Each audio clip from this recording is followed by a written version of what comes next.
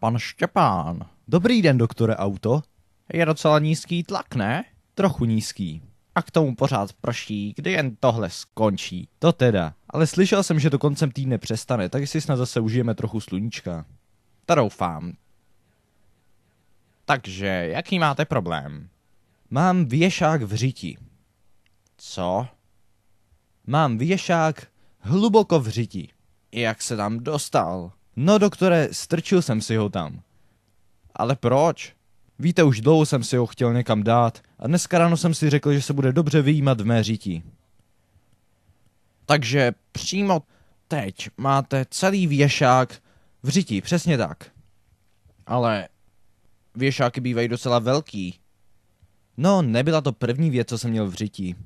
Opravdu? No, jako já se nechci nějak vychloubat, ale asi každá věc, která je v mém domě, byla i v mé řiti. Nejsem teplouš nebo tak nějak. A děláte to pro sebe uspokojení? Ne, doktore, to nijak moc příjemné není.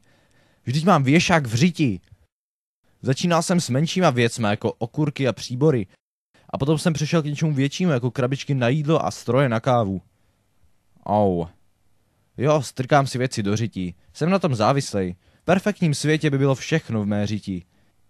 Minulý týden třeba ke mně přišel můj 7letý syn, když jsem si dával do zadku jeho Blu-ray kolekci a povídal: Tati, proč tohle děláš? Nedokázal jsem mu odpovědět. Uvědomil jsem si, že jsem se stal něčím, čím jsem nikdy nechtěl být.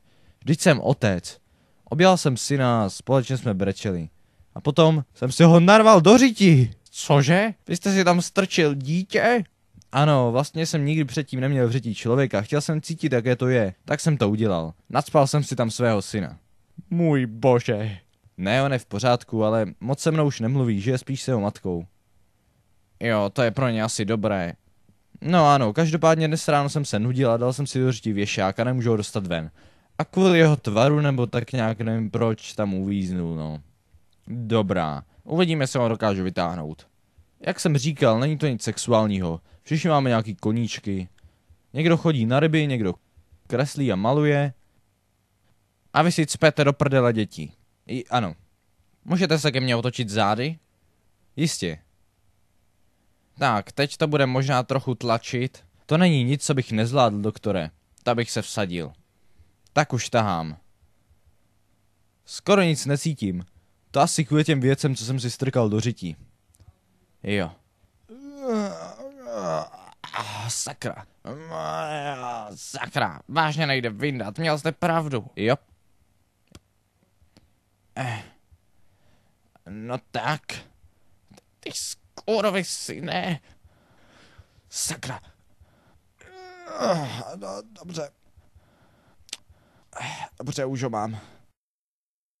Už ho vidím, už tam skoro je.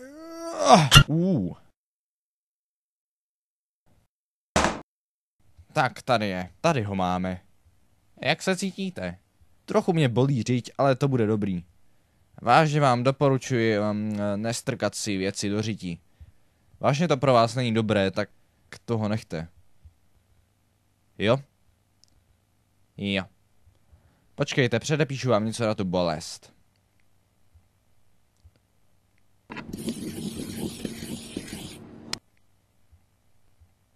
Dobrá, takže jsem vám předepsal... Kde je ten věšák? Vážně?